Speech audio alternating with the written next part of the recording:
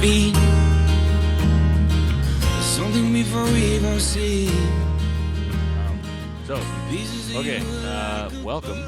Thanks for being the first guest. Welcome to the Scratch Track official launching today. We're recording on the day that I made the social media announcement, which is big. So if you have a second, follow us on Instagram, get that YouTube channel subscribed to, and get the Facebook page a like. Everything is Scratch Track Podcast. And then our Gmail, if you want to hit us up and give us some suggestions on what albums you want us to dive into, what musicians you want on here, what people you think, or if you want to be on it yourself, email us at scratchtrackpod@gmail.com, just pod. And that's it. So let's get into it. So with me today, I have my friend Glenn Lee. Hey, man. That was a big ass bug that just flew in here. Oh boy, that guy's gonna be living good.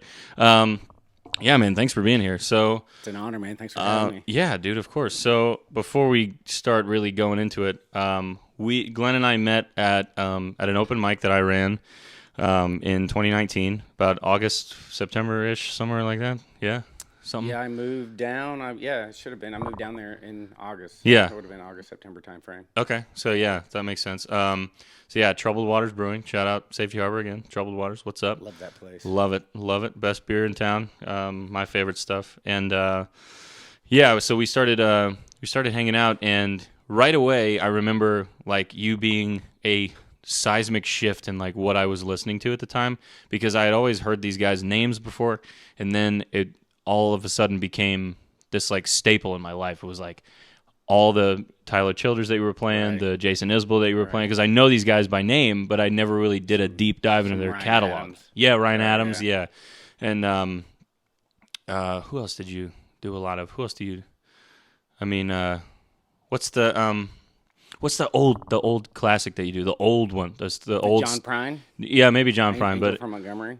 no, not that one. But that's a great one too. The old Not Fare Thee standard. Well. The one that Emmylou Harris did that you, Yeah. You know what I'm talking about? That was yeah. like, I was like, damn, that's an old ass song. It's like 200 years and old. everybody's covered it, too. Yeah. It's, Yeah. Johnny Cash has done it. Rhiannon Giddens has done it. Yes. I'll think of the name. Okay, yeah, we'll get to. No, it's fine. So, the one thing I remember when I first met you was not only that, but the fact that you were actually a very skilled like picker and guitar player, which I don't have. I don't have that like in my brain. I just like just hammer-ons and cowboy chords and just whatever. I'm just kind of fucking around with it. You're good at that, man. But yeah, I try. You fool most people. Yeah, right. They'll never know. So tell me about how, like, when you first started to learn how to play, was that something that you wanted to learn in the beginning? Like this, I want to learn how to like pick like this, or?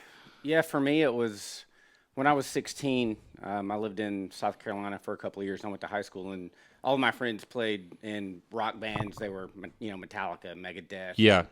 And that just wasn't what I was wanting to learn. And my best friend's mom had this old classical acoustic, and she taught me my first chord progression and taught me my first finger style progression. Okay. And it kind of went from there. I've tended to play music by myself and to kind of feel the sound. Okay. It sounded more like multiple instruments when I was playing fingerstyle, so Right. I gravitated toward that. Okay. Interesting. Yeah, because you also do a lot of fingerstyle stuff and like a lot of instrumental, like bluesy stuff. That's like, and I love that stuff too. I don't have that in my bag, but I love listening to it. So I think I'm reverse. When I first started playing rhythm, I would play rhythm fingerstyle, and I couldn't strum for shit. Yeah. It took me years to be able to strum a chord and sing. You use a really heavy pick though, don't you? I do. You use a heavy gauge pick? 1.5. Yeah. Okay. Yeah. So it's a mandolin pick. Oh shit! I didn't even realize that. Yeah, I played it one time. I was like, damn, this is like it's like a brick. It's playing with a brick. Yeah, it's if I played like that normally, I mean, I just shatter my strings because I put so much elbow into it. It's fucking over. But so is that when you first started really playing at all? Was it 16, or did you learn earlier than that? Or yeah, it was 16. My first chord progression. Okay.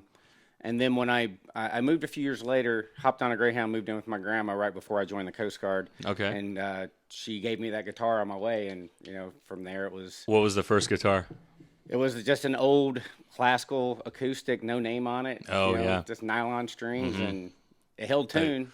The basement guitar, Yeah, man, or that was whatever it. it is. Yeah. I gave it back to her a few years later when, Yeah. when I finally got my own guitar. Did she ever play? Anybody in your family play? My dad did a little bit. I've got some relatives that play a little bit, but nobody at a semi-professional, professional level. Okay.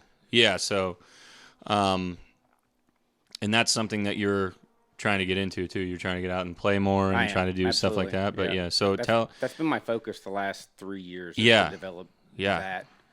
And you have a good set. I mean, you have a lot of songs too that, I mean, you and I are very similar in the fact that like we don't play a lot of the same stuff that you're going to hear up and down the bar, which I mean, I don't have any problem with it, as long as you're putting your own touch on it. But if it's just like the same exact like carbon copy of the song, it's like, all right, There's some amazing standards out there that I don't know because I've tended not to learn those yet. Yeah. But I'm interested. I'm not going to do it like your typical bar band. Right. It's fine if that's your thing, if that's your bag. No, absolutely. Yeah, 100%. But that's just not ever been my thing, and that's why I don't ever. Some of my best friends up in Tarpon, man, they are a bar band that plays bar music. Yeah. It's the same sets, and they're wonderful, and people Yeah. love it, and they dance. And Oh yeah, of course. That's just not what I enjoy it, but it's to listen to it, but it's not what I want to perform. Right. When's the first time you played in front of like a crowd? When was that? So I lived in Los Angeles. I was stationed there for 4 years. Okay. And about 3 years ago, I started vocal lessons, and I was completely terrified to sing in front of people. I mean, I was complete stage fright, just crippling stage fright. And but I wanted to start singing, so I started getting some vocal lessons. I had 2 songs I could get through. I'm like, I'm in. I'm going. Yeah, right. And I end up at this open mic. I volunteered at a theater there, and this was an open mic where professionals came out to peddle their wares. I mean, you're talking top-notch, single LA musicians coming out, and then there's me. And it was horrible, man. But I completely blacked out. I don't remember shit. Oh my god! Completely just blacked out. That's fucking hilarious. And I remember just coming off stage, and I was trembling. And even when I was singing, it was just trembling. Yeah, I've had those where I'm like, your voice starts cracking. And I got off stage, and I'm like, that was the coolest fucking thing I've ever done. Yeah. I'm like, I've got to do this again, but I've got to get better because that was probably one of the most embarrassing. And I know somebody has it on video somewhere. It was terrible. I mean, it was terrible. It could be a laugh reel somewhere. I mean, it was bad. No, it's just the fact. It's just the fact that like you. I mean, you didn't know. You walked into a situation and you're like, these guys are ripping it. You're like, fuck. No idea.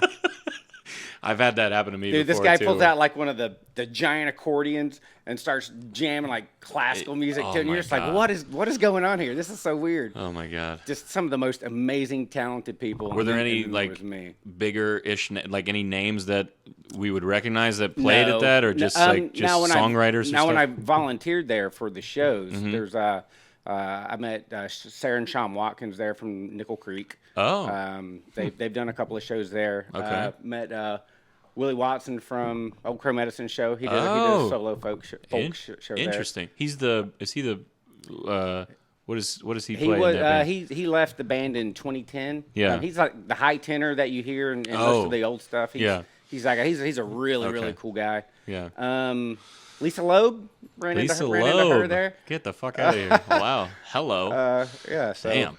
Couple of folks, man, but they would bring in some really good acts. They gave a lot of money to the local LA elementary schools. So That's awesome. It was good, man. That was a fun time. But yeah, man, that was first couple of open mics. Whew. Yeah. It's glad we didn't know each other then, my friend.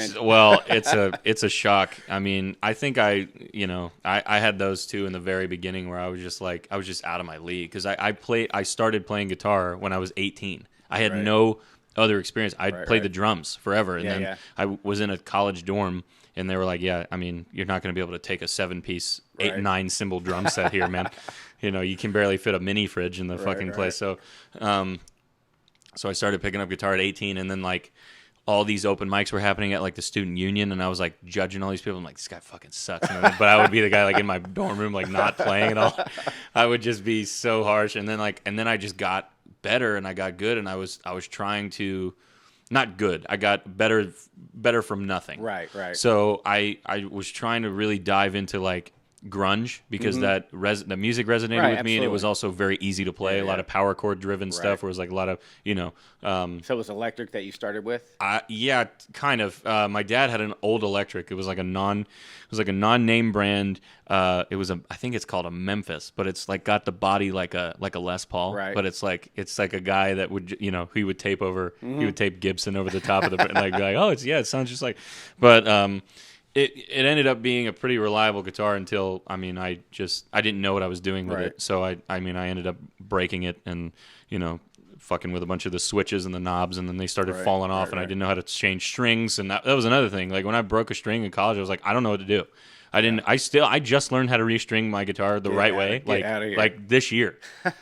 Because I've been doing it without any slack. Right. So I just would do it like where the tension would be. I'd just go straight through and then. Really, you wouldn't just do a loop? Nope, never did it. Oh, wow. So I was like, why am I breaking so many strings? And everybody's like, oh, you're just playing too hard. I'm like, I don't think that's what it is, man. Right. It's like I see these guys just ripping and they're not doing it. So and then I took my guitar in to get repaired, and I got it back, and then I was like, oh, actually, I was like, I'm seeing. Looks, right? I was like, why is it wound around the knob so many times? This guy's like, are you dumb? How long have you been playing? So it was. I started so late playing guitar. I was terrified to even get up in front and sing in front of people. I could play the drums with anybody, no problem. I was not afraid of that. I was terrified of singing in front of people. I started singing in front of people 3 years ago. So, that's wild. Yeah, and I'm 46. That's so wild. Are you really? Yeah. 46? Man, you look great for 46. Thanks, man. I work out. So, okay. So you're 46. You're originally from Kentucky? No, I'm from Keokee, Virginia. It's Virginia. The southwestern tip of Virginia. It's Gotcha. right on the Harlan County, Kentucky line, though. Okay. Right between Kentucky and Tennessee. So Gotcha. Back in the coal mines. Yes. So, and you, so what was, when you listen to music here versus back at home, what are some of the main like differences in terms of, because you still go back and visit, yeah? I do, but I mean, when there's nobody in really that part of the country that's still there. I grew up with my grandparents on a family subsistence farm, coal mines. Mm-hmm. All the men coal mine, the women kind of stayed at home. Very classic mountain type of a feel to it, and very very steeped in Southern Baptist religion. So a lot of the stuff that I listened to was old hymnals that was sang in church, and I really wasn't exposed. I remember my brothers listening to like Pink Floyd and and some other stuff. Interesting. My dad, Ronnie Millsap, Kenny Rogers, Dolly Parton, some of that. But for the most part, it was kind of the church hymnals that I remember as a kid. That's really interesting. I mean, I have family from. From Indiana. My dad and both my grandfathers are from Indiana, and they all moved down here. Right. And they are, it's just like when you go, I've only been back the one time, but I remember going back there just as a little kid just to see the complete shift of like what people are listening to in those parts of the world. Because I was always fascinated by where music reaches at what level and where, because that's why I like Pink Floyd in that area. I mean, like I wouldn't even think about that. I would think about that like that would be like outlawed there because it's all like drug infused and stuff. What I mean? My dad was military, so he had my older brothers and sister out of that part of the country a lot of the time, so they were exposed to that's true to probably more modern music now. Probably, if you go back there, it's very, Southern, so a lot of country music, a lot of contemporary country, a lot of pop country, a lot of, that's what I hear when I go home now. Were you living in Virginia when that shift happened, when everything went from like the grassroots, the true to their kind of upbringing country shifted into sort of the Garth Brooksy kind of deal where it? No, I left. At 46, after the age of 12, the longest I've ever lived anywhere was L.A., and I lived there for 3.5 years. Okay. So I've moved around a lot. I've lived in like 30 places. Wow. So how many states? Do you know? Do you have a tally? Man, let's see. I can go Portland, Maine, Key West a couple of times. I've lived in Florida a lot on and off over the last 25 or 30 years. Yeah. But I've lived all over Florida. Interesting. Okay. L.A., San Francisco, Seattle, New Orleans. New Orleans. Yeah, I've lived in New Orleans, so I've lived in a lot of really really cool places. That's So one of my it's favorite hard cities. it's hard for me to Yeah. accurately Right. answer that question. Just 'cause Right. I was, but Rock Hill, South Carolina is where I went to high school. Okay. And that was right as kind of the hair music was going away, Yeah. and Pearl Jam kicked in the door and Yeah. blew everybody's minds. And, Right. Nirvana, Soundgarden. Yeah. So Yeah. So you that was- you that were was- around that for was, that. That was me at 18. Yeah. When that happened. That's wild. That was me at 18 too, but I just got into it so much later because everybody was like, you need to revisit this and not treat it as something that you hear on the Right. radio, and go back and really listen to it like track by track and kind of take it in Now- and like Right figure now, it. I had an older sister, and she lived on MTV. MTV Oh, did God. not change Yeah. the channel for 3 or 4 years. So and she was a huge Duran Duran fan, man. So I think I knew everything from Duran my Duran God. when I was probably in the 5th grade or That's something. great. So You it should was- cover it. Oh God, if I could do Rio Give or me some Hungry Rio, Like yeah. the Wolf, Right. yeah. Oh man, that'd be good. So yeah, a lot of MTV too. That is, yeah. I grew up in the era where MTV was, I mean, just dog shit. I mean, there was Yeah, not nothing. me, man. There was It nothing was, going you know, on. Yeah.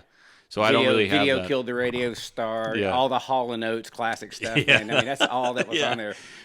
My ZZ Top. MTV was like Pimp My Ride and Oh like yeah, none of that 16 existed, and Pregnant man. None and of all that existed, bullshit. man. It was all The, music all the time, 24/7. Super Sweet 16 and I mean, I remember when Yo fucking- MTV Raps came out. I think that Oh was the my first. God, I think yeah. that was the first shift out of normal Cribs. MTV. Yeah.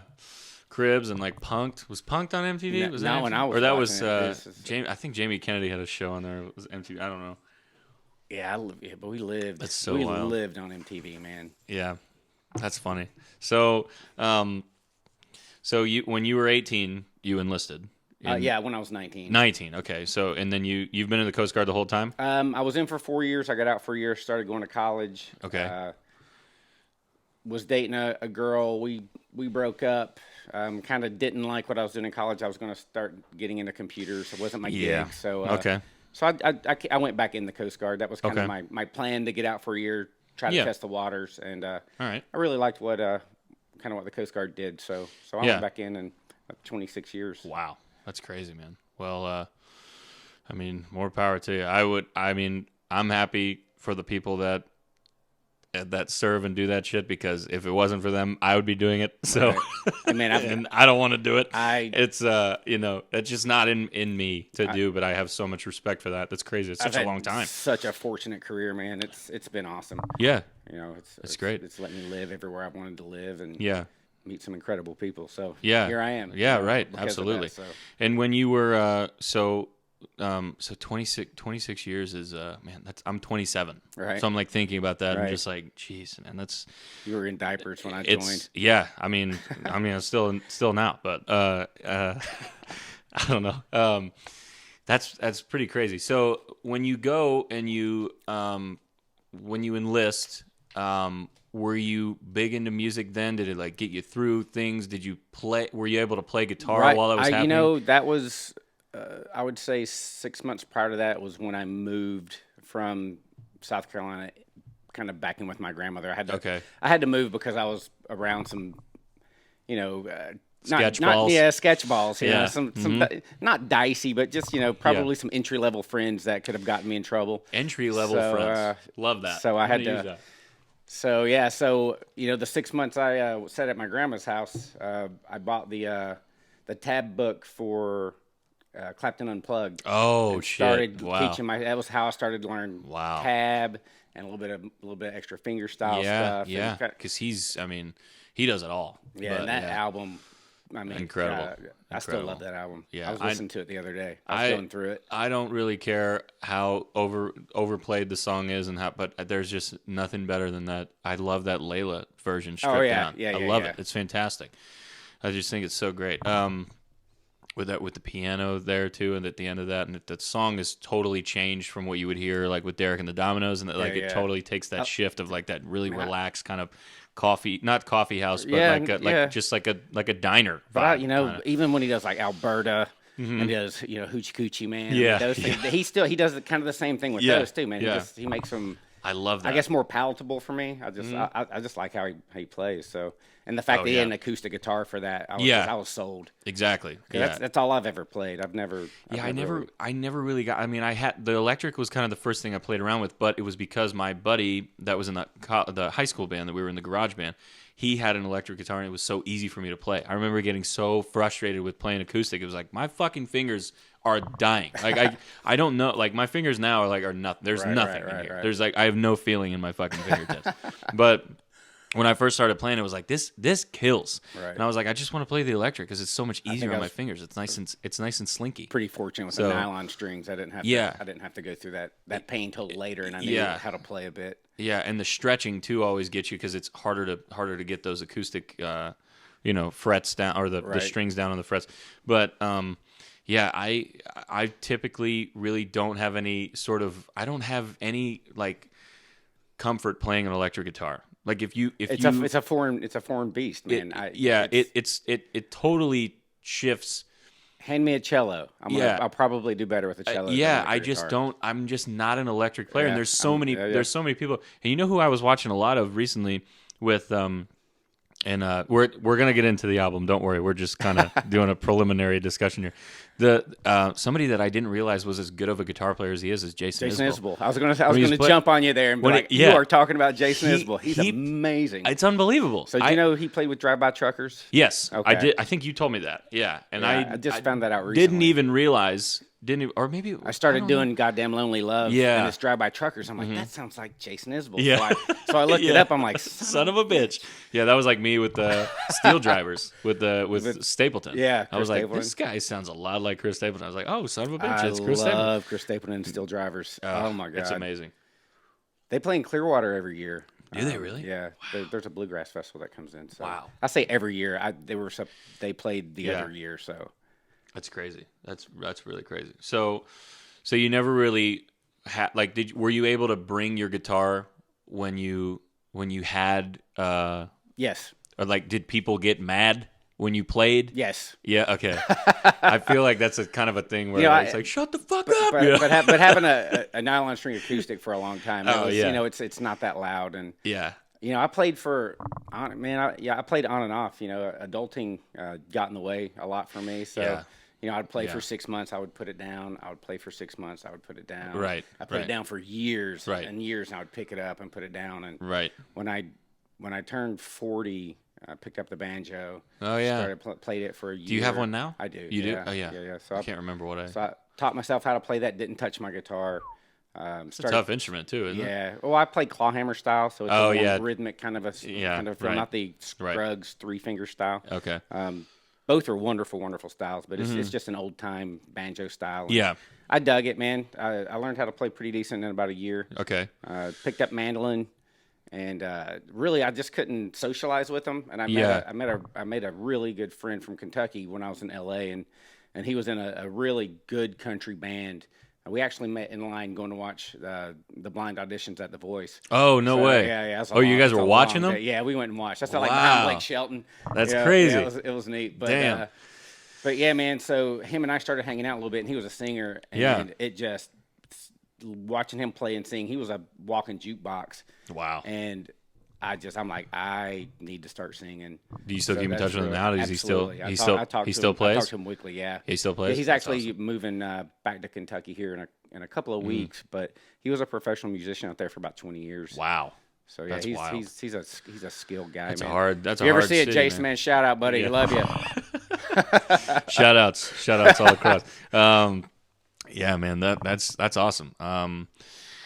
I was blown away too. Speaking of that, like the kind of the difference in the scene, I was blown away at just in my recent travels how fortunate we are as like local musicians and bar musicians and restaurant background music kind of people that we can still work.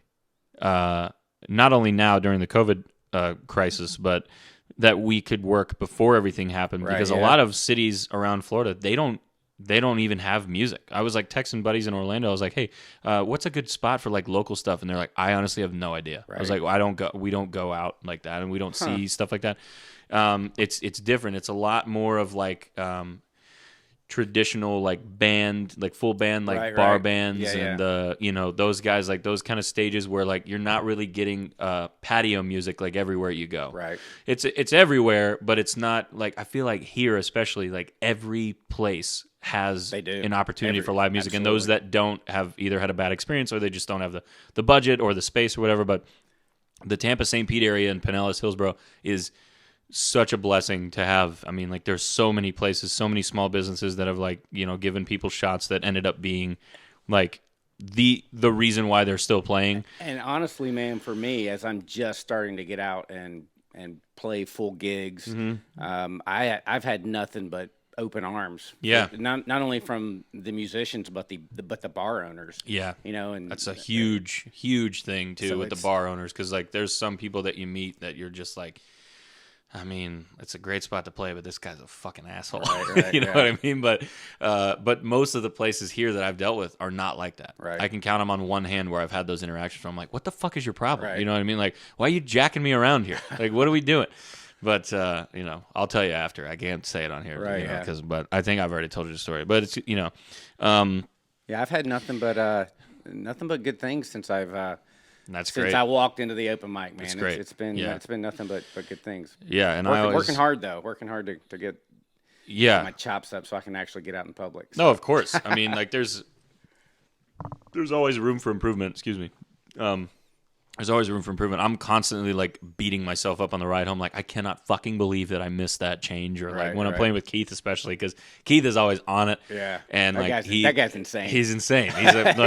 He's such a yeah. nice dude too, and like he doesn't. good. He plays so well, and he doesn't act like he plays well. So, He's just yeah. like he's just the most humble Yeah. dude in the world.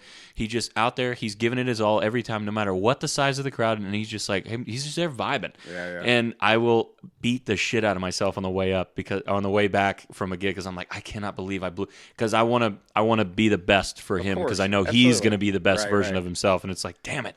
But I Well, got man, I get over that as a fan you know. watching you guys play together. Yeah. You don't know, and even me as a musician, it's it's hard to find those spots that you're talking about. So yeah, it there's- sounds good, man. There's a few that are obvious, but there's some that are just like you know, they're a little bit more kind of under the table, Right. like just little looks we give each other. We're like, what do they do there? And it's like, well, that's me fucking up. that's me dicking Did I around. miss a change? Yeah, I did. So okay, so you've only been singing for 3 years. Yeah. You've only been singing for 3 years. You've only been how long totally would you say, if you put it into like 1 year with all the off time taken out, how long would you say you've regularly played like guitar? 7, 8 years. Really? Yeah. So in the aggregate, it's 7, Right. 8 years. Wow, Maybe- that's pretty crazy. But I mean, right now for the last 6 years, I've done music. Right. You know, at least 2 to 5 hours a day. So Yeah, but yeah. that's not just guitar; it's Yeah. vocals and Practicing. banjo and, Yeah, yeah. gotcha. Yeah, Okay. yeah. If I had to guess, if you had to put like a time frame on it, Yeah. you know, Okay, so before we dive into the album, what is your immediate, like, what's your next goal for like music? What do you want to accomplish? What's something that you want to check off your list in 2021 or whenever? easily cover 4 solid hours, being able to flex music with the crowd. Okay. You know, So I just don't, going in. I don't have that ability yet. You know, I've got 3 solid hours of music. Yeah. I could probably stretch it out a little bit more. Right. You know, the 40, 50 song range, but Yeah. a lot of the stuff, if I want to do an instrumental, like nobody Yeah. at this bar wants to hear me do a classical piece, but I can do that if I need to fill some time, you know? You guys ready for some fucking Mozart? Yeah, man. You ready Yeah. for some Bach, some study in A minor? Because I will do that for you. Yeah.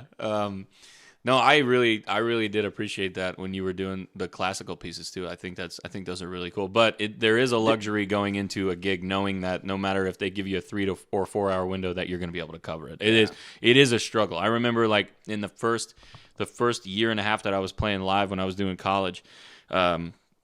When I was still in college, they were giving me happy hour gigs, and I was like, "Thank God," because it was like an hour and a half to 2 hours. I was give like, me a "This is 2-hour all." gig. I was like, "This is all I got right now." I was like, "I got fucking nothing." And everything that I played in those years is something that I do not play now. Right. I was so fixated on like, if these guys don't like me, it's over. Like Right. I had to play to the crowd no matter what, it was like I did like Mary Jane's Last Dance and like Superstition and like Buffalo Springfield, which I still do. I love that song too. But I would do like Sublime, like What I Got. I would do like Citizen Cope covers, which I still kind of do. Just too. getting into some Citizen Cope.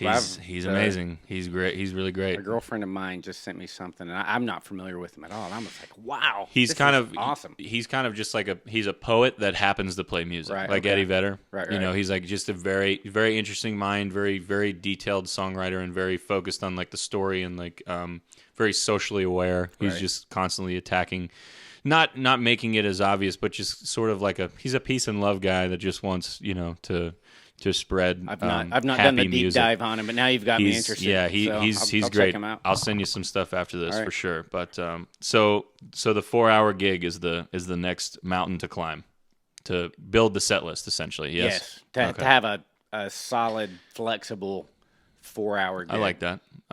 Okay, that's fucking good. Yeah. Yeah, you also need some throwaways too, and you need some oh shit. Like I have an oh shit set list where I'm like not feeling it, and I'm like voice is bad. I just need to I start with that to warm up my voice. Yeah, I need to be able to go to something that I know I'm not going to fuck up, or I'm like, all right, I just need to get in a groove here, and then I know I've done this a million times. It's just gonna be fine. But yeah, I get that.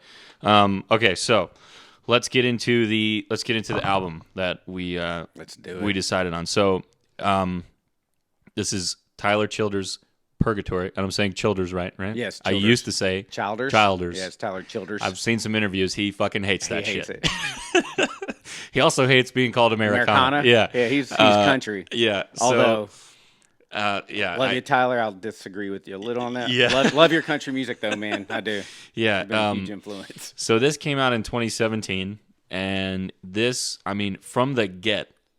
Just immediately on, I swear to God, the first track, from the get, I'm like, this is country's back. Like we got it. We got a hold on this and it's back. And unfortunately, this is one of the only albums of that year and that time period. You can kind of count them on one hand that sounded like this. But I never really listened to I listened to his what's the vinyl or the vinyl sessions or whatever it is where he did nose of the grindstone and YouTube. And White House, Follow You to Virgin, White House Road. Yeah. So when he did those three, I loved. Blew my mind. Yeah, I was like, who the fuck is this guy? I was like, this is insane. I think does he do Lady May on that too? I don't know if he does or not. I know for sure Nose of the Grindstone is on there because he. Has he released that on anything? When I moved cross country, I listened to Nose to the Grindstone all the way across country, man. Yeah, 3,000 miles worth of Tyler Childers. It's insane. Yeah, it was great, man. It was good. Yeah, it's an amazing song. I do it. So yeah. So so it came out in 2017. I don't think I really listened to this full album until maybe last year. When you started, because the first song that I ever heard off of this album covered was Lady May, which I do all the time now because I fucking love that song, but I'd never heard it until you started playing it. And I was like, who is this guy? He was like, it's a Tyler Childers song. I'm like, oh, isn't it Childers? Like, no, it's not. It's not Childers. So, yeah, man, that's a beautiful song. It is. Did you listen to this when it first came out? Like, did you know who he was? Were you expecting a release? Because I had no idea. My wife at the time got it for me for a gift. I have no idea how she found it. I plugged it in and you never heard of this guy before? Never heard of him before. And it was are you sure this is from 2017? Yeah, I'm like, what is this? Yeah. I mean, it's fucking incredible. It was on repeat. Yeah. It's just one of those albums that you never take out. Yeah, you don't, because like I said, from the get, you get grabbed into this style of music that is dead at this time. Completely dead, and like not dead, but undiscovered. You have to look so hard for stuff like this now, and it's so unfair because there's so many great like bluegrass and Americana and like true country artists, but you have to look, man. It sucks. It's been alive and well in festivals. Of course, it's crazy how the folky stuff, genre, that folky music. I mean, it really started coming back. And I'm gonna move off the album real quick. Sorry. Yeah, no, you're fine. If you look back at 2000 when "Oh Brother Where Art Thou" came out. That was really the rebirth of folk bluegrass and the push for the festival musician to get back out. Didn't the Steel Drivers do a song on that album, or did they don't- cover something? I don't know. I can't remember. I don't know, but when Man of Constant Sorrow came Yeah. out on that, I was like, what is? Jesus, Yeah, man. I was like, what is this? Everything I'm like, else I'd oh, heard, wow. everything else I'd heard as a kid, you Yeah, know, because most of it's, a lot of it's Yeah. church music or whatever. But Embarrassingly enough, I have not seen that movie, but I am very familiar with the soundtrack, so I might need to go back. it's a great movie. I need to get in there. I bet I've seen it 15 times. Yeah, I need to watch that. But yeah, so I can- 2000 that happened, and then you look at 2000. kind of some of those festival musicians like Nickel Creek we talked about, Sarah and Sean Watkins, and then Chris Steele, the mandolin player. Yep. They kind of blew the door open after that came out for that type of musician, and yeah, it's been slowly gaining speed outside of that festival community ever since. And I agree. It's stronger than it's ever been. I agree. It's strong, but it's also it's getting stronger to the point where we're introducing more production to this stuff, which is, you know what I mean? Hate it. I know. Hate it. But I like the guys that kind of can touch all bases. Like, I love when, Sturgill. Sturgill did this. I mean, he's the one who produced Purgatory, right? Yeah, I think so. I think that's right. Yeah, he did. And I think He did. Okay, yeah. So, I forgot about that fact. Jesus, They toured together for a long time too. So crazy. I mean, like, that would be the most insane show. I mean, that's a bucket list show for me. Yeah, to absolutely. see those two guys. And well, what I was saying about Sturgill is that, like, he has those moments like on the meta modern sounds and country Right. music. He's got moments like that where you're like, damn, this guy's like really like getting down and dirty with the folk and the old school country. And then he does something like Sound and the Fury, and then it just the production value just boosts way up because everybody understands how good he is at doing this, and they're like, let's give you a little bit more money, let's give you some free reign, and let's see what you can do. And it was trashed by critics and fans, but it's just like when you get that success in an album like this, which is what happened in Country Squire, when you get a success story from an album that's so pure and so stripped down, inevitably you get the production coming in. Exactly. It's gonna happen right afterwards. So, and Tyler was grinding for years before this happened. And then, I don't want to say, I hate to say that sell your soul to the devil thing, but Nashville gets a hold of you. You get your producers. And I don't blame anybody for taking advantage of that. I don't. I understand. I hope he comes back from that because it's a great album. But of course. But this is what I love about me too his music. And there's also a lot of songs that are out there by him that aren't on anything, which I love. And stuff like Shake the Frost, which I love like all, the live at the barn, the Red Barn, whatever it is. Some of that stuff on there, I don't know if it's on Country Squire.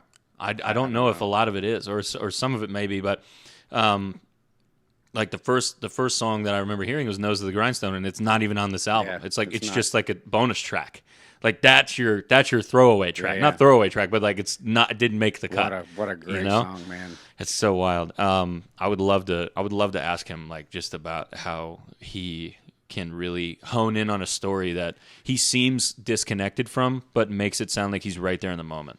Like what is your favorite story or lyric on this? That's like, oh God, there's so many, man. I mean, if you look at this, there's happy, sad, darkness, light, murder, redemption. It's steeped in not old religious beliefs, but old kind of mountain religious beliefs, and the Baptist there's a lot stuff, of cocaine, a lot of whiskey, a lot of moonshine, a lot of pills, a lot of pills. Yeah, so, God, and I took notes too for my favorite lyrics because I knew you were going to ask, and I was going to forget because I'm old and I forget things. But Lady May, the first chorus. How does it end? Seen my share of troubles and I held my weight in shame. Yeah, held my weight in shame. I'm baptized in your name. I mean, holy shit, man! I know. Yeah. Could you imagine somebody writing that for you? Yeah. I mean, that is it's powerful. I always love the part that always gets me is I ain't the toughest hickory that your axe has ever fell, but I'm hickory just as well. Yeah, I was like that because I always kind of write stuff like that where I'm like I'm not the toughest, but I am who I am, and you're gonna deal with it. Sorry, love me anyway. It's like it's an apology letter, which is like how I kind of approached Honey I, the new song that I'm trying to. Hopefully, by the time this comes out, it'll be out on Spotify and iTunes. Check it out. What's the other one? If I'd have known, I wouldn't have come stone to the Oh house yeah, of such Such an Angel, too fucked up to to get back home. Yeah, And I love and that. Feathered Indians. I mean, God, man, that is. But Feathered it's Indians is you great, can't. yeah. It's hard to pick a favorite because every single track on this has something that you're just like, Yeah. oh my God. I'll tell you what this album rebirthed for me was the murder ballad. Yeah. I hadn't heard The I hadn't heard a Appalachian murder Murder ballad that really stuck with me until Banded Clovis was around, and I'm like, this is a fucking great. And I Yeah, didn't yeah. realize I heard the song like 5-10 times, and then I heard him play it acoustic. I was like, I got to look up the lyrics to this because he's telling a story here, and I Yeah, don't know yeah. what it is. Yeah, yeah. And it's the whole the guys that are sifting, and then one guy. Do you know what a banded Clovis is? Yeah, it's the little the arrowhead kind of Right, thing, yeah, right? yeah. Yeah. I had to look. I looked it up though. Yeah, but I was like, "What is that?" Yeah. So that's what he. He shot him Yeah. and took the Clovis, took the Banded He was Clovis. fiending. Yeah, and they were sifting for gold, Yeah, right? yeah. So they go out and sift for gold, and then they just, he just blows his ass up, and then he sits in the cell, and corn liquor and women are the yeah. culprits to blame. Yeah, yeah. Yeah, that's probably my deep track on that song. That's It. I feel like it's so hard to pick a. I mean, I was always. So your favorite deep cut is, you think, Bandit Clovis?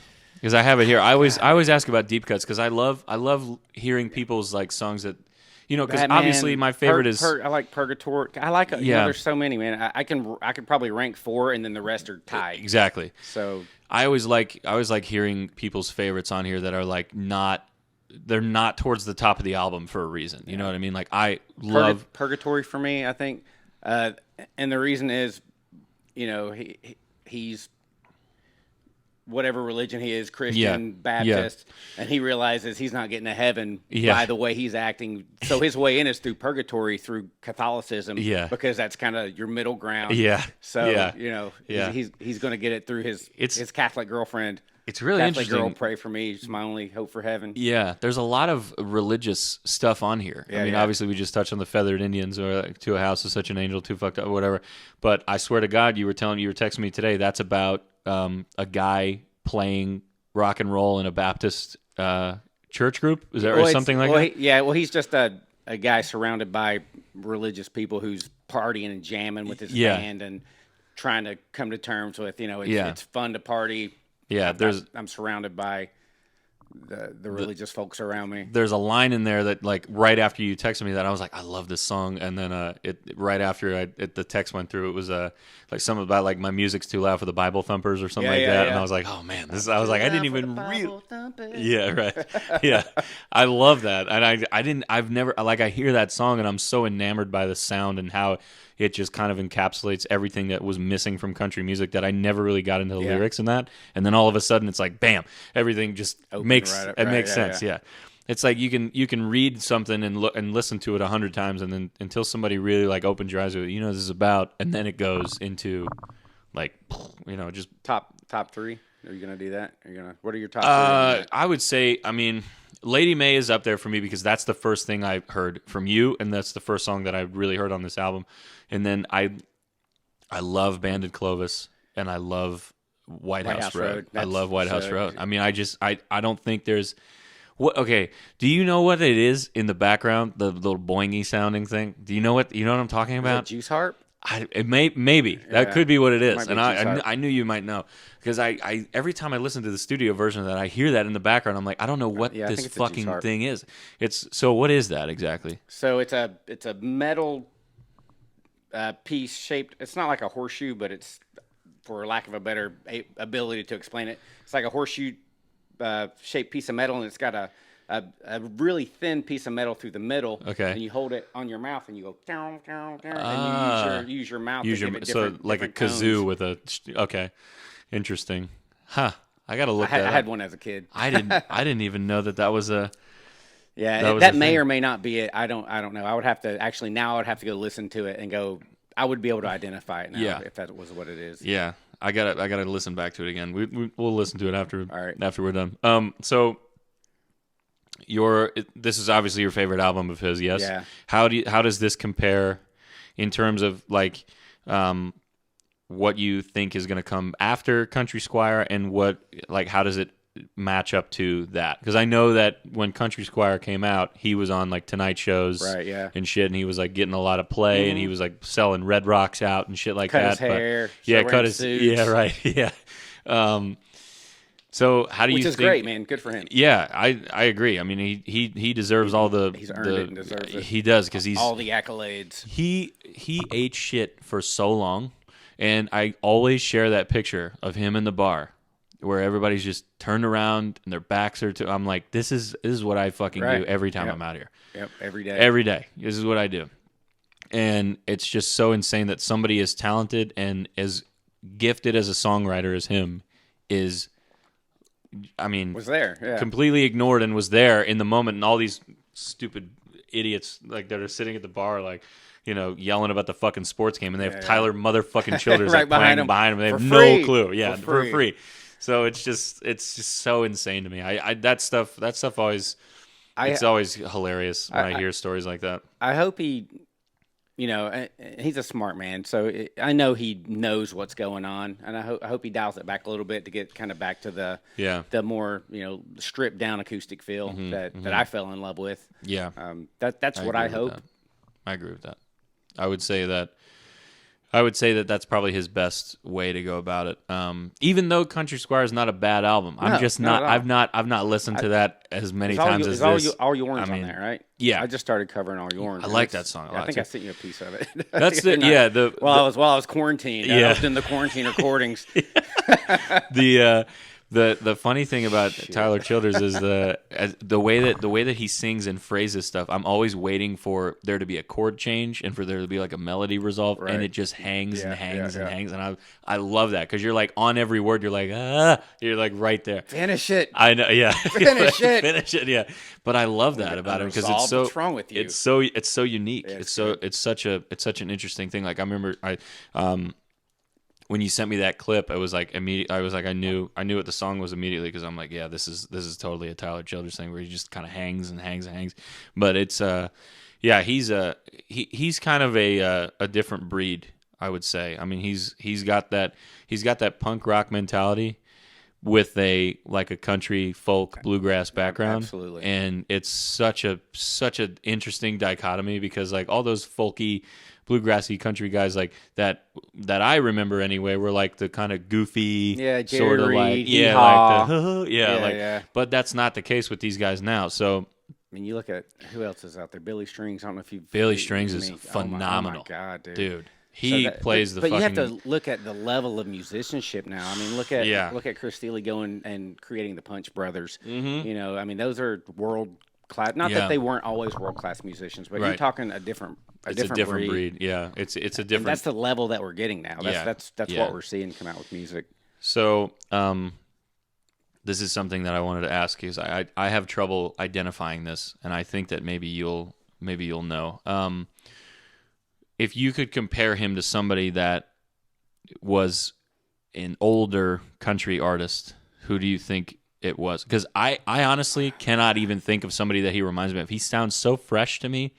Because normally when stuff like this comes out and people try to like dig up the old roots, there's always haters that are like, oh, it sounds just like this, you know, like when he wrote "Sing Me a Hank" song, so I'll go with Hank. You think, yeah, I can kind of see that too. I think he's that fresh, you know, that refreshing, that new. Because I mean, he was what the gentleman or the country poet. Was that what Hank Williams was known as? I believe so. I believe. I think that sounds right. I'm not sure though. One of those. I hate to misquote somebody, but neither I confirm or think he was deny. called the country poet. Yeah. And, Yeah. Man, listen, we don't know everything, okay? So there's a lot of shit coming out of my mouth that's not accurate. Seriously, do not fact check me, please. If it's not right, then fucking relax, Yeah, all right? it's all Don't worry. It's all right. We'll get it right eventually. It's okay. Or we won't. Yeah. I'll just be lying to people. Isn't there something so great? I mean, I just learned this recently into being an adult, because I'm still not an adult, but isn't there something so great about just being like, I don't know, and then the conversation ending? Yeah. I can't fucking stand these people that will continue a conversation and they don't know what they're talking about. No You know, idea. it's just like, I don't know. We'll find out, you know? Just stop. Just do say it you don't know. all the time. And then it's done. Yeah. Don't know what you're talking about. Yeah. You know what I've been doing? This is a really good one. This is a fun thing to do. So no matter what somebody says to you, if it's somebody that you don't want to talk to, you just say, "Oh no, that's okay," and then it'll take him a minute to be like, did he not hear me? And then you just break for it. And you're like done. So you just oh no, that's okay. Yeah. Oh, All no, right. no, that's okay. And then you just leave. Because then they'll think that you're like dismissing that from a conversation. I'm stealing that. Yeah, do it.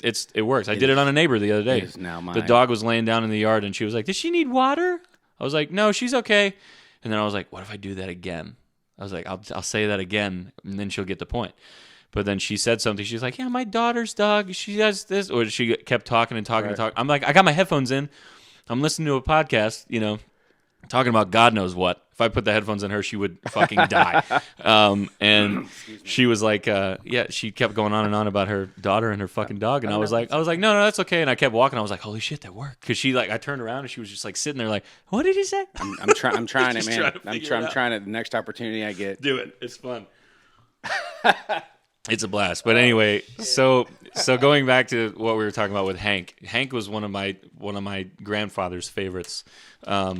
As it has been documented on this podcast, so I'm not making shit up. My dad was on here. We did one recently where my dad came on and we were talking about some of the stuff that he remembered listening to growing up. And my grandfather would always have Hank on. And so it's interesting that you say that because Hank is definitely one of my favorite songwriters from back in the day. Right. Really troubled guy, real dark, just tragic, pill addicted. Yeah. Alcohol. Just a fucking nightmare of a human being in the household, but a super talent that no one had ever seen before. Great songwriter. Yeah, great songwriter. Hey, good looking. I saw the light. All these standards.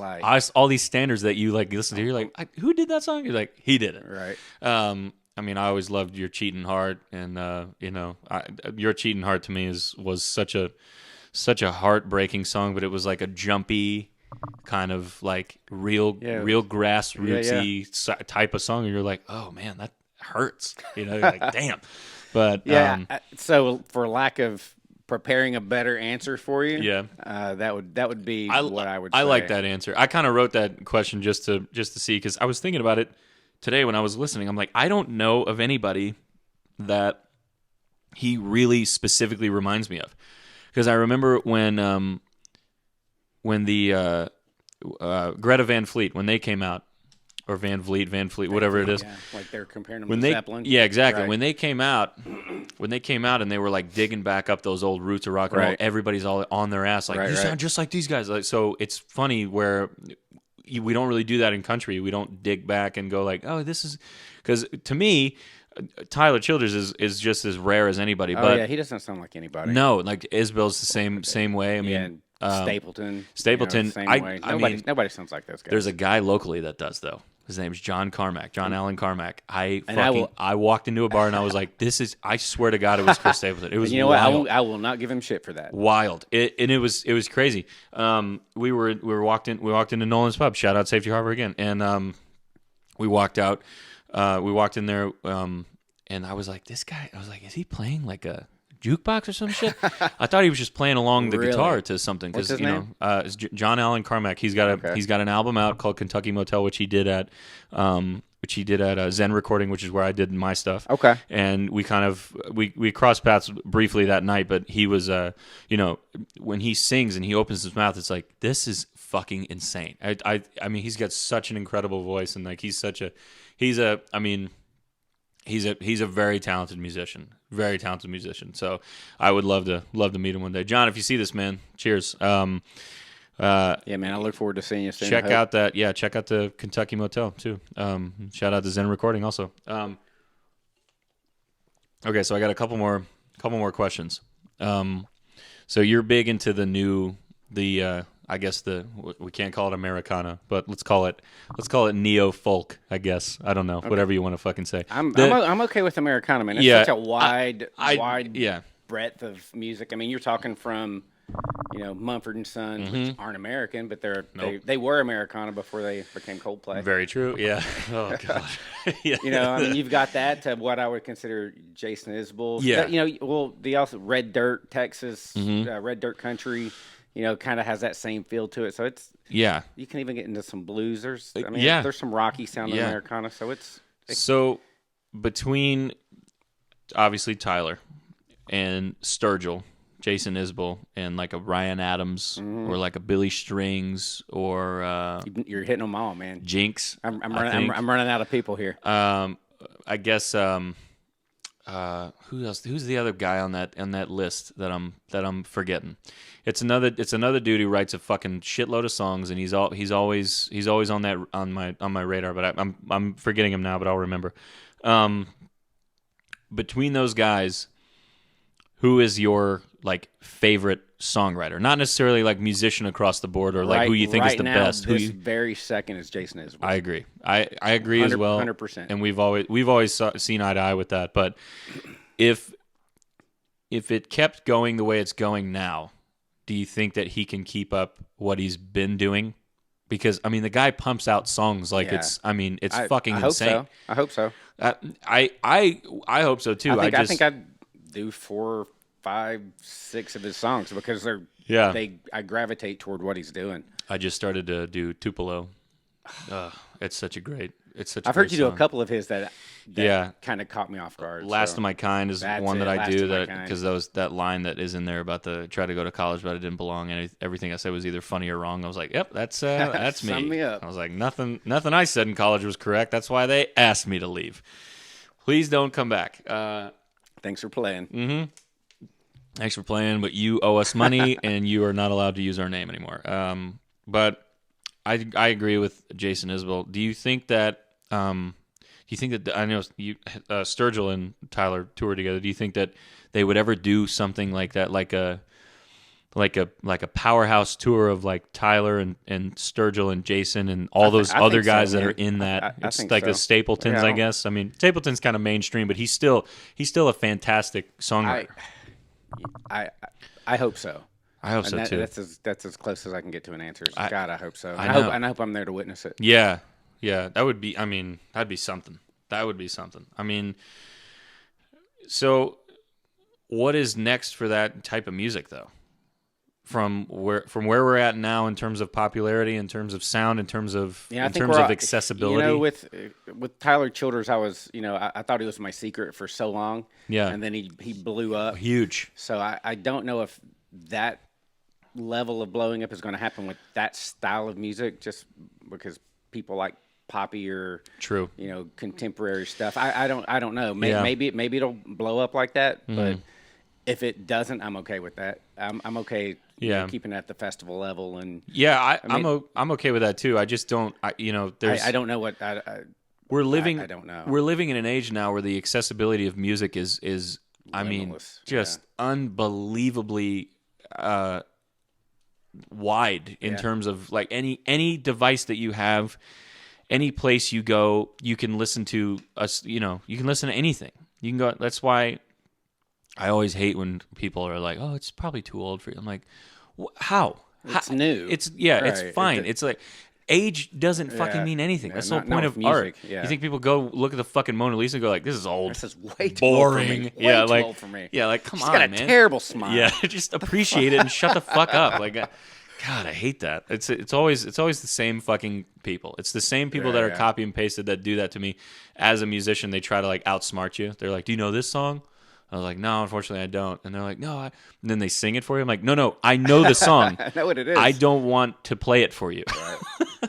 Right. Or I don't know how. Yeah, you know what? I don't think I've been out enough, or I've not had that happen. Oh, you'll get it. I'm sure I will. You'll get it. It's fun. Looking forward to it. You get to see it. It's a hurdle. I get to cross. I'll call you when it happens. You get to see a lot of it. It's a blast. So what were we saying about the popularity of this? So we're living in like such an accessible time for music, but it seems to me like this is always flying under the radar. Like the true roots of country, specifically, and all across genres. I feel like hip hop's kind of the same way too. Like hip hop took a dive and got shitty, and everything you heard on the radio was awful. Right. And then, but there's such a great time to be a musician and a hip hop artist because there's so much underground stuff that's wildly more appreciated than something that's on the radio. And it's the same. And you can make a living. Yes. Yeah. And it's the same thing with country. I feel like country is way more. Is way more underground than it's ever been in terms of the solid stuff. There's a handful of people that are great, and sometimes even stuff on the radio too. Like I love Stapleton, He's really the only guy that I'll listen to that will come on the radio. But I just feel I'm not a contemporary country guy. I can't do definitely it. not a pop country guy. I can't wrap my head around it. I mean, I just don't get it. I'll stick with Old Crow. Yeah. I'll stick with Tyler. Yeah. Jason Isbell, Drive By Truckers. Yeah. That's. Yeah. And, whether it gets more popular than it is today, I can tell you what, if you're around me, it's popular. Yeah. Because that's what I'm either listening to or playing. Exactly. And I tell you, man, people ask me more often than not what I'm doing because they're really not hearing it. So So I'm happy to introduce some of this to some people. Yeah. I love, I mean, that music to me now is such a big part of my life because you and I had so many conversations about it, and I was kind of on the country boat of like, I want to get back into the real part of these songs and the songwriters and giving credit to the people that were actually doing them. Like I was playing Maybe It's Time When I Met You, right. and I was saying it was a Bradley Cooper song, and that's actually written by Jason Isbell. Right. And I feel like after knowing that and after being introduced to him as like an artist, not just knowing his name, right, you gain a whole new appreciation for not only playing it, but the where the song is coming from, because it's not he's writing it as a musician and then not for a character in a movie. Right? Did he write it for the movie? I think so. He did. Yeah, I think okay. he wrote it specifically for the movie. Yeah, so it's interesting. That also, again may not be correct. Yeah, may not be true. So that's been around for 15 years, man. Yeah. Yeah, it feels like it. I was always just, I mean, from the get, I was just fascinated at your ability to play these songs that like it would be stuff that I would love to put on, and I just didn't know who they were. Like right. Ryan Adams, I had no idea who he was. Right. A couple of years ago, and then we started hanging out. I was like, this guy's amazing. I kept hearing him being talked about, and I was like, do you mean Brian Adams? Yeah. No, not no, without Adams. the B. The Ryan, the Right. one who plays acoustic guitar and may or may not have allegedly had some stuff go on with the law. I can tell you one of the coolest things musically that's happened to me here is walking in and watching you play and perform a couple of things that I know that you saw me do first. Yeah, that's the high. I mean, it's just the biggest compliment for me. So I always tell you about that too. When I'm working on a new thing, I always throw that in the catalog. I'm like, I think I can do this, because it just, you have to play music that you like, and that's something that you'll find when you start to do this. You have to find stuff that's going to be able to get you through a gig, and not just something that's going to be like, oh, here we go. Here's here's a Jimmy Buffett song. I hope you get, There's just too much. There's too much on the line. There's too much that can be seen on your face, and I'm horrible with this. Yeah. And you don't want to be the guy. Yeah, you don't want to be the pouty musician and like be like, okay, I'll play it, but whatever. Like I don't get pouty. I just like I have to get into a serious space and serious mode to play, because I'm not like, all right, let me see all the brown-eyed girls out there to the dance floor. Like Margaritaville. Shut the fuck up. Yeah, Yeah, that happened to me. That happened to me recently, where they were like, and I've had friends, they're like, you've got to do the standards, man. You've got to do it. And I'm like, I'm not gonna do that. You don't have to, but they're always in my back pocket if I have to do it. Right. And if I've not developed that yet. It comes with a price. I mean, I'm not gonna do anything that you really, really want to do that I hate unless you're gonna tip. Right. I'm like, I'm not doing. Like, I will give you $25 to do Brown Eyed Girl. Yeah. Here comes Brown Eyed Girl. Yeah, here we go. And I like that song. I do. It's a great song. It is, and that's the thing. Like, these songs aren't bad songs. Like, Wagon Wheel is not a fucking bad song. I love Wagon Wheel. It's not a bad song, but every time I hear somebody do it, I'm like, you got to be fucking kidding me. Yeah. What are we doing? Wait do you hear me do it? Next time you watch me, I'm doing Wagon Wheel. It's coming. And I'm going to break out Into the Mystic. That's another one. I love Into the Mystic. God, what a great song. I bargain Into the Mystic into Brown Eyed Girl. So they'll be like, do you know any Brown Eyed Girl? I'm like, no, but I know a song that's better by him.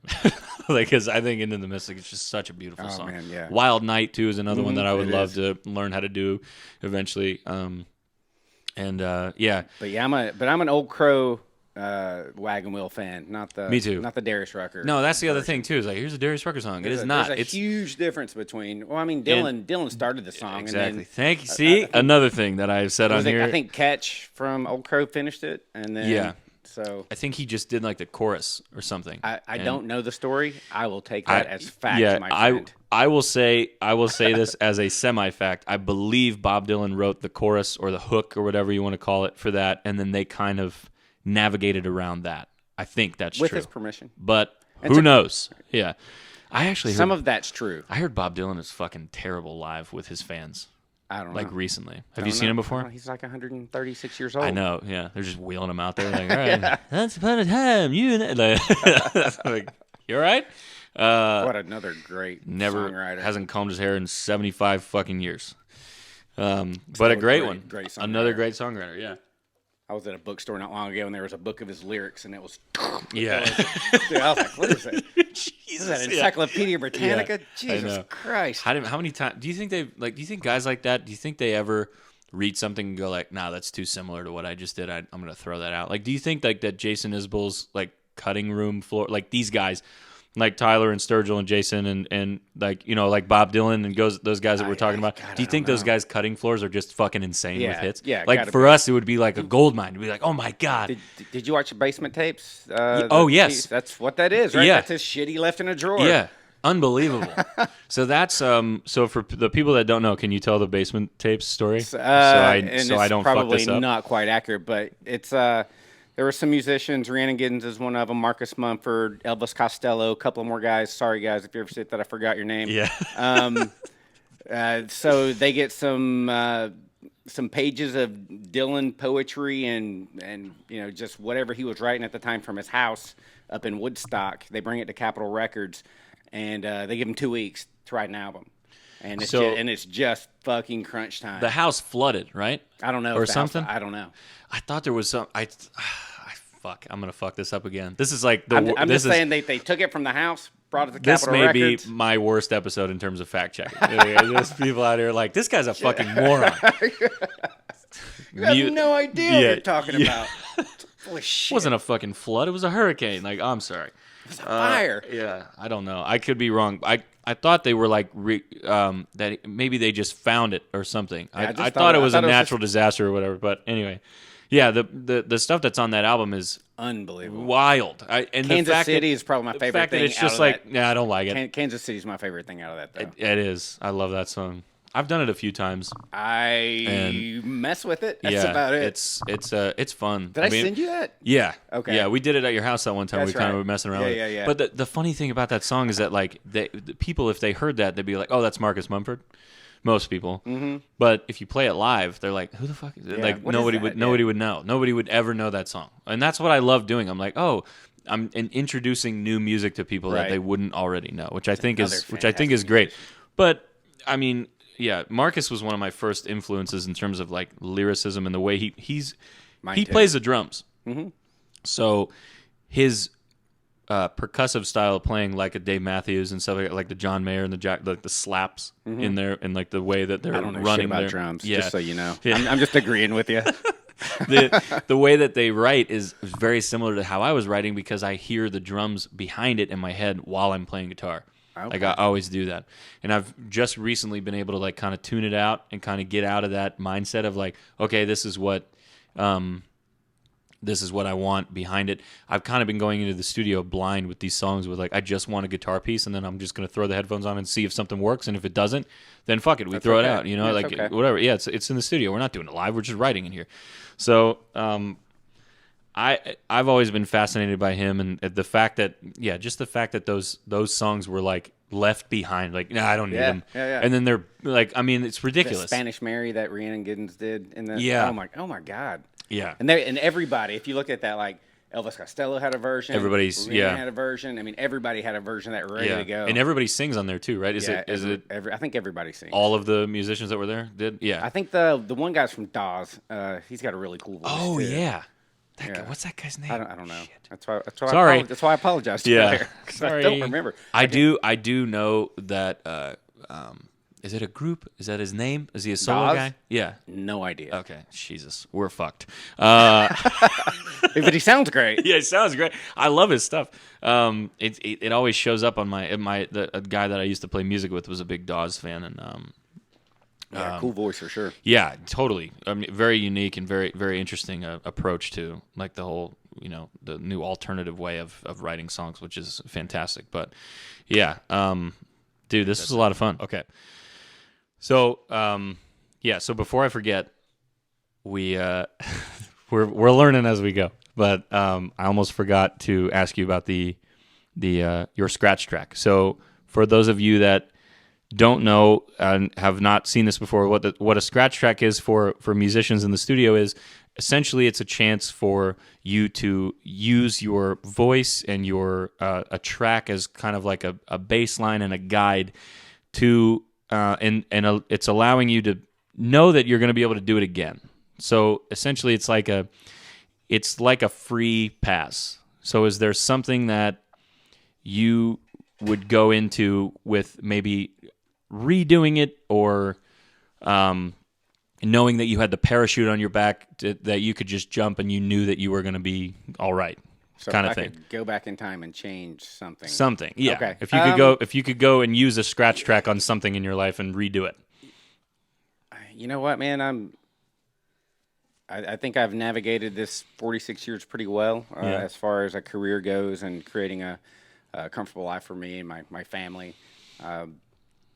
If I could go back and change one thing, it would be to develop music earlier. I'm 46. I started really developing a product that I would show people and eventually want to make money doing 3 years ago. Yeah. Okay. So just taking music more seriously, even though you've been playing for a long time. Yes. Yeah. I can see that because I don't know a lot about where you've come from musically, but I know that it's shown even in the stint of when you were playing at the open mic too that you've gotten better in that time, and that you put a lot. I always talk to you about practice time. You put in way more practice time than I do. Yeah, you put in way more gig time than I do. Yeah, I would say that my thing is I use certain gigs as kind of like practice, and I kind of warm up with stuff, but yeah, it's that's Thanks, interesting. man. I appreciate it. Yeah, dude. I've from the moment you started playing. Like we talking about earlier, you play a lot of the songs that I never really knew I was enjoying until we kind of started talking about music and hanging out and getting to know your background and what kind of music you enjoy and what you cover and the artists that I didn't really have a name to, but it ended up being some of my favorites at the time, and right now they're up there for sure. So mine going back and with everything was knowing how much money that you can make, right? Because it's as musicians we're independent contractors, people that are repairing things or providing a service that you don't know how to do. They are making money because it's expensive. Yeah, you're making money. You're paying for the service that you can't do yourself. Yeah. So. And I've leaned heavily on you for that. Yeah. I had no idea 6 months ago what I was supposed to make, and I made that phone call immediately. I have that conversation. I have no problem telling people how much money I make, and in terms of what you're supposed to look for in a gig, especially if you're at a point where you're doing it and you're making money. If you're doing this for a job. And you're not just doing it to hey, can I come up and play a couple, or can I, any list spots open on the open mic? If you're doing it, if people are coming out to see you, especially like you said, you made a Sunday night like a Saturday night, right? That you should get compensated for that. Right. You know what I mean? I always think that it's on the musician to promote themselves, but it's also up to the bar to recognize that you're doing that as well as practicing and performing and stuff, and you're going out of your way to be like, hey, friends, come on, come down here and do this, and then they, you raise the profits that day. Yeah, man, it takes a lot of years in a room with a guitar to develop, what you're essentially being paid for, and nobody sees that. Nobody understands that about and guts about too. It takes guts. Like you were talking about earlier with the whole. Crippling stage fright. Yeah. I get it. That was me. I get it too. Sometimes there's people that really get under my skin, and I can feel them staring at me or something, and I'm like, this is not gonna go good. I try to bottle that that anger, or anxiety or fear, whatever it is, but it's always something. it's something that I mean, I constantly have, and I'm not somebody that is, you know, I don't like bringing negative energy from like a gig into the house. Right. So I mean, I like to leave it. I like to leave it at home, or not leave it at home. Leave it at the bar or the place or whatever. Like I had a shitty one recently, and like I got in the car immediately, just started crying. I was like, this is not what I signed up for. This is bullshit. Played three straight hours, no claps. You know, I got tipped by 3 different people in like a party that was like for 70 people. I mean, there was a shitload of people here, and they were like, who the fuck is this? I attacked these people with unwanted entertainment. And I was like, you do know what I do, right? And they're like, yeah. It's going to be great. I was like, okay, we'll see. Because I don't know. I might have given too many details, and we might not be able to put this on there. But okay. But you know who you are, so I'm sorry. But anyway. Love you, though. Love you, though. But you get one of those for every, 20 that I have for me. I mean, there's really little, there's too many positives in music to hang your head on the negatives. But the negatives for me and the way I process trauma, it's just funny. Right. It's fun. It's funny to me. Like there's always a joke to be had about it. I love making fun of these people that are copied and pasted and are perpetual live music listeners that are just straight up dickheads, that are just socially unaware of everything. And like, you haven't run into it yet, but you will. And not being negative, that's just kind of how it goes. It's the first call I make when I run into those folks. It'll be interesting for sure. I have a specific set of people that I remember because it was just so funny to me. Not because it like weighs on me, like I don't remember their faces and go like I'm gonna like I don't do the whole the Steve Buscemi thing and get the lipstick. Yeah, right. Writing the names down. From, so you're gonna snipe. What is it? Billy Madison, right? Yeah. Calls you in 5 years, tell you I'm sorry. Yeah, right. Take my name off the list. I don't remember. I don't keep people. I don't keep people on the list, but I keep the memories there because I think it's important to share these moments with people, to know that these people are out there and they're there to try to fuck with you. Like there's really no other reason for them to be there other than they're just being dicks. You're being a dick to be a dick, But you had okay. So this is what we were talking about before we got cut off. There was a guy at one of the open mics one time. This just goes when I was talking about how the older guys that try to show you up. They're like, oh, do you know this song? Oh, you don't? Come on. He was going, this guy. This is in the middle of when you were playing Speed Trap Town. It's a Jason Isbell song. Don't fact check that. I know that's true. It's a wonderful song. It's a wonderful song. Great song. Heart-wrenching song. Just like really hits you where it's at. And the guy was sitting back by the list, and he goes, you know what this guy would be really good at? And I was like, what's that? He goes, he should cover some Jason Isbell. And I was like, that's what he's doing right now. And he's like, is it? Oh, I haven't heard this one. I'm like, okay, it's his song. I promise you, it's his song. I was like, he plays his stuff all the time. Right. And he's like, yeah, he's such a great songwriter. He's like one of the best ever. I'm like, yeah, I know. Like I get it. He's playing it right now. He's like, is this one of his songs? I'm like, I was like, I promise you it is. But that was the only guy that I remember. But there's my favorite story that you ran into that guy. Oh, I was doing a Ryan Adams song. It was I'll think of it in a second, but I was doing a Ryan Adams song. Come Pick Me Up, right? Come Pick Me Up. Is that right? Or Sweet Carolina? Maybe. It may have been Sweet. It may have been Sweet Carolina. I've been doing that one too recently, and I fucking love that song. So yeah, he comes up and after my set, and he pulls me aside and he explains that he's a producer from Nashville and he wants to record me. And he sits down and I let him talk for a few minutes. I'm trying to figure out. I'm just, hey dude, I didn't write that. Yeah. And he was just like, what do you mean? I thought this was a songwriting. No, it's an open mic. He got so upset. Oh yeah, he was mad. He got so upset. He was mad. But thanks though. I appreciate the vote of confidence. There's one down the street that they do original songs, which I've been blessed to be a part of. Thought he was. Yeah, and he didn't know where he was. Yeah. This guy's wearing sunglasses everywhere to hide whatever is going on behind him. Glassy eyes. He's always got a new chick with him. Probably swindled her into believing that he's a producer, big time producer too. See that's the other thing too that's funny because like you lived in LA and I lived close to Miami, Right. and those are two cities where like if you don't know the people that are talking to you, they're fucking lying to you. Right. Yeah. Like yeah. they are. That's what I've told everybody. They're like, "Oh, you live down there? Like, what's it like?" I'm like, "It's horrible. It's infamous in LA. It is. Yeah. I can't speak for LA, but I can speak for Miami in the sense that I have met so many people down there that I mean, I've met so many world famous photographers, designers, actors, nephews everybody's of trying to who make gives it a in fuck. LA. Yeah. Everybody says that. And Yeah. I've believed none of them because you know what? We have Google now. So if you say you're somebody that you're not, I can fucking look it up while you're sitting there.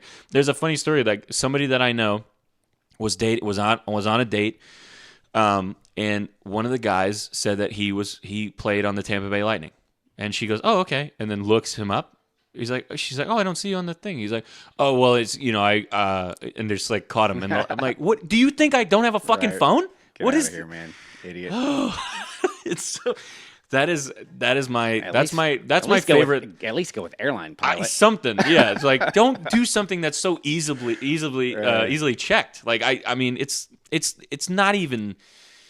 I get so angry with that stuff sometimes. I can't pronounce words. But it's funny. It is funny. It's hilarious when people think that they can get away with that. My favorite line to use on people is, "Do you not think I have a phone?" Right. Like when the whole thing we're like, "Oh, it's too old for you."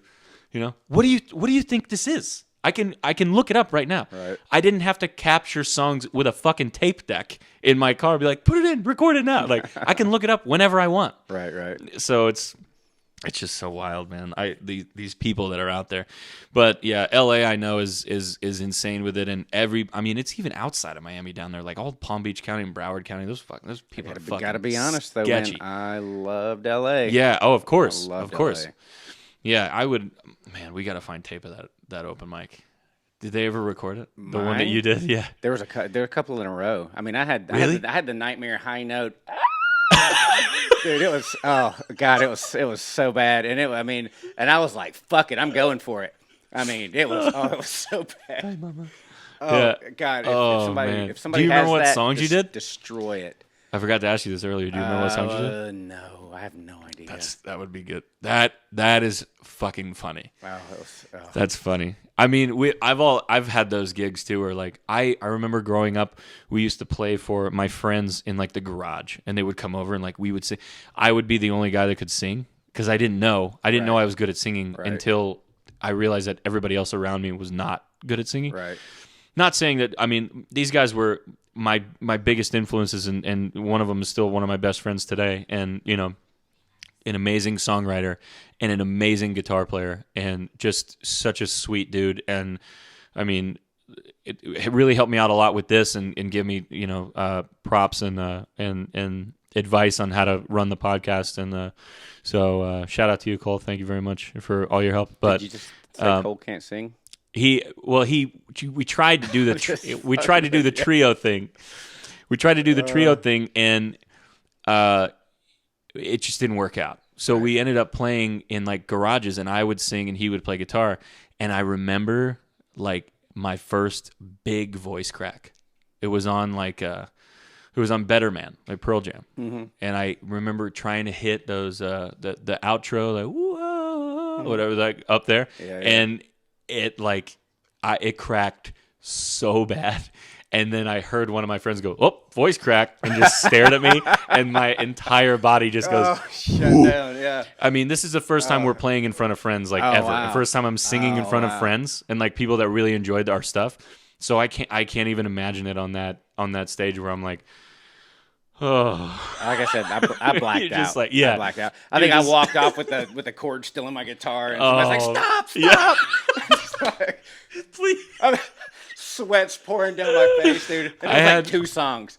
I had a guy. It was so bad. One of our bass players, our bass player, well, not one of our, the bass player in my band in college. He walked off the stage and tripped over a mic stand and almost fell flat on his fucking face. God. First gig that we ever had, and it was like, oh my god! I watched it from behind the drum set. I'm like, oh, And do you know what happened after that so to me? crazy.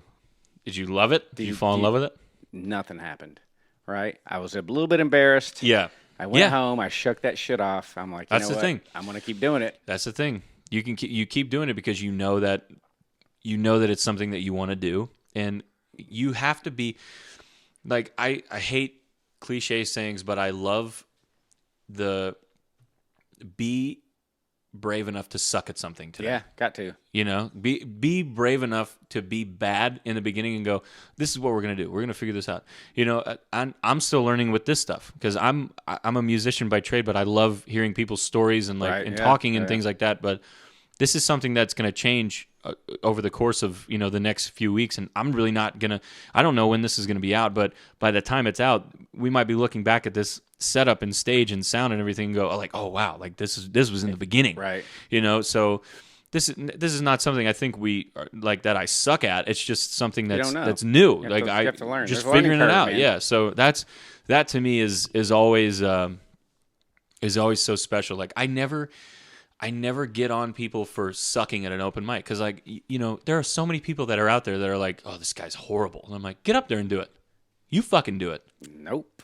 Well, why not? It's open mic. Anybody can play. You get up here and do this. They will absolutely not do it. Dude, you would not fucking believe I mean, how are you with speaking in public? I'm good. You're good with that? Yeah, I'm good with it. I'm always blown away at the fact that like public speaking like tops like spiders and like natural disasters on people's like biggest fears. Mm-hmm. It's insane. Like that's what gets you. But like for me, I can do that no problem, but I'm sure that fucking person can sit, in a cubicle and just then flourish in that. And I can't, no, I'm not, it's so wild to me how music is so very, very dependent on your chemical makeup and your brain and like what you've been told as a kid. There's a great quote from Bruce Springsteen that is, the artist is told that he's the worst thing that's ever happened and that he's the best, and they believe both. They always, it's insane like to think about that and like just to step back and be like, yeah, I've felt that so many times. Like when we were talking about earlier before we turned the mics on about the guys that are like, hey man, we were on their way home, but we love to listen to you. Like that stuff, like that sits with you and that gets you through like a shitty night if something's going bad. But also the other stuff that weighs on you are the people that are like, turn it down, or like, like that bother you, or say like, oh, you don't know this, like you suck, like stuff like that. Like we listen to both sides. Like I can never tune out all the negatives, but I also I never tune out a positive. Right. Like if it's truly a genuine like positive act, I always try to let that carry me through the night because I'm like I can't let a negative outweigh a positive, or at least if it's negative, make a funny story out of it. Yeah, because like that's what people don't know. Come tell it here. Yeah, that's what people don't realize about me is that like I'm not a musician that's just gonna go, haha, yeah, thanks, have a good night. If you're a smartass with me and I have a microphone in front of me, I'm going to be smartass. Right. I'm gonna be a smartass back to you. This isn't roasted. Yeah, you're not gonna do this and like laugh at me and like talk shit. Right. I have a microphone here. How do you think this is gonna work? Like everybody can hear me and only you can hear you. Like what do you think? So it's I love doing that, and I don't do it in a negative way. I just let people know like you got to check attitudes sometimes. Right. Because those are the people that have never been told like, hey, I swear to God, the other night I was out and I saw a guy walk up to a musician, and she was excellent musician. Mm-hmm. Stopped her in the middle of a song to ask her a question. Mid-song. I was like, what the fuck are you doing, dude? I'm like, don't ever do that. What? Are you crazy? She was super gracious. She stopped. She answered his question. Do you want to mention her name? You say it after. No. Say it. Do you know who it is? You're friends on Facebook. Oh, we are? I don't think you've actually met. You've just through the music community. Okay. Yeah, tell me after, because I think I know who it is actually. But you know what I do when people do that? I just stop playing. Like if they come up and they're like, "Hey, can you do?" I just stop playing in the middle of the song. I'm like, "Oh, I'm sorry. What did you need?" And then they're like, "Oh no, I didn't mean to." Okay, then come up to me when I'm doing this, not in the middle of a song. Okay, cool. Don't do that out there. People don't do that. I just posted something about that. The thing where Dexter's throwing the body over the thing, where it's like people that talk to singers while they're singing. What do you want me to do? I can't shake your hand and clap at the same time. Do you want me to like, you know what I mean? Do you want me to talk and sing at the same? Right. What do you want me to do? I'm already using my voice for one thing. That'd be pretty impressive, though. You just have you should have like a little button that you can press that like comes out of the microphone, like, please leave me alone. Like a note. There's my water. Man, yeah. So, anyway, how you feeling? You feel good? I feel good, man. You ready to wrap it up? You want to wrap it up? Yeah, I'm gonna go home and play some music. Let's do it. Yeah. So thank you guys again for listening. Thank you for subscribing to the YouTube channel. If you haven't done so already, please do that. That is the Scratch Track Podcast. Instagram, we're on there as at the Scratch Track Podcast, and Facebook as well.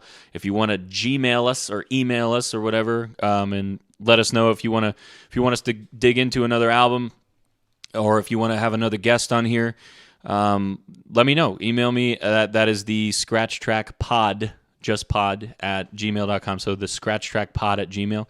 And yeah, we'll see you next time. Thanks again for coming, man. It was a blast. Thanks, folks. All right, bud. We'll see you. We'll see you next time. Let's do it. Let's do it. All right. Yeah, absolutely.